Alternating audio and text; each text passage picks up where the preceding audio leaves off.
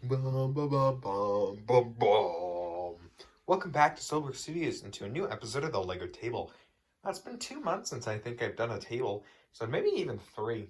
I think mid-June because I did mocks in June and July. Anyways, it's been a long time and time to return. Now, I'm not using my classic table, which is the coffee table. I'm using this other table I have just because my Hogwarts display is so big, and if you guessed it from the thumbnail and the title, I'm going to be making Hogwarts. So I'm really excited about this. Now, I don't have an exact plan jumping into this. I'm not going to be modifying any of the buildings. I don't really like doing that with my sets. I like to keep my sets pretty much how they were built, but I will be adding stuff to them on the exterior.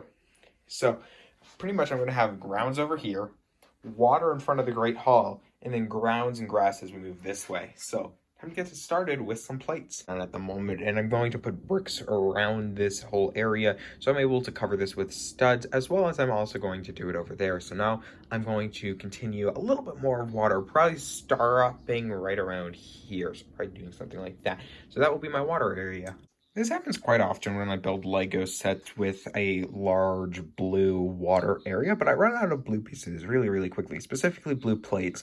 Now this one's okay because I'll be sprinkling water pieces over the top, but now I don't have the area to really do it over here, so I'm going to start morphing this into grass area and just have to have a very small water area for my Hogwarts. But I think it actually is going to look pretty good once you're, a far distance from it, because it's giving that illusion that there's more water.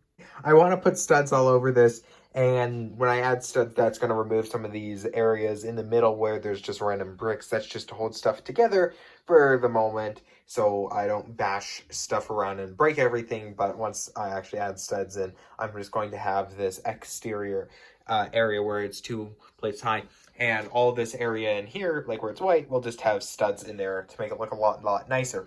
Now, I want to add a lot of green plates, but I'm thinking I want to add green plates over there to really help improve this area, and this area will be more of the darker plates as shown there. So I think that's my plan, but we'll leave that for another week when we'll start working on that, and I want to start on this. There's the green area going to be down there near the Whomping Willow, and I'll have to fill that in later. And then over here is going to be this dark gray. Now I'm connecting it all with these tile pieces, just other random plates, until I can actually get more slopes into really, do this area better. But for the moment, it has to be this, and it's going to look ugly until I can actually officially add in the colors, just because I want to make sure that I have enough pieces to be able to do this before building everything and realizing, oh shoot, I need to change colors here or any of the other things. Started tiling off this greenery area over here. I'm definitely going to add some slopes and some G-slopes and bigger slopes over here to really add to the terrain, but there's the basic. There's going to be the water here, and then I'm doing the kind of more paved area over here at the moment, which is going to stretch all the way back to the end of the clock tower. And then over here, I'm just going to add some more grays and other colors. So that's where I want to leave week 1. We got a decent part of the grass area done, the water area done minus the studs, and then this whole clock tower area, which is honestly the biggest part of the table that needed to be covered. Just it was a large area, and I think at the end of it, it's not going to be such an eyesore. I did have to transition colors from dark gray to light gray because I wanted to match it with the colors on the actual tower, so it transitions to light gray for whatever reason there. So I did that too on my build, and I think it's going to look quite nice once I add in the slopes and all that sort of stuff and blend it a little better, so it's not just like a direct line down the center.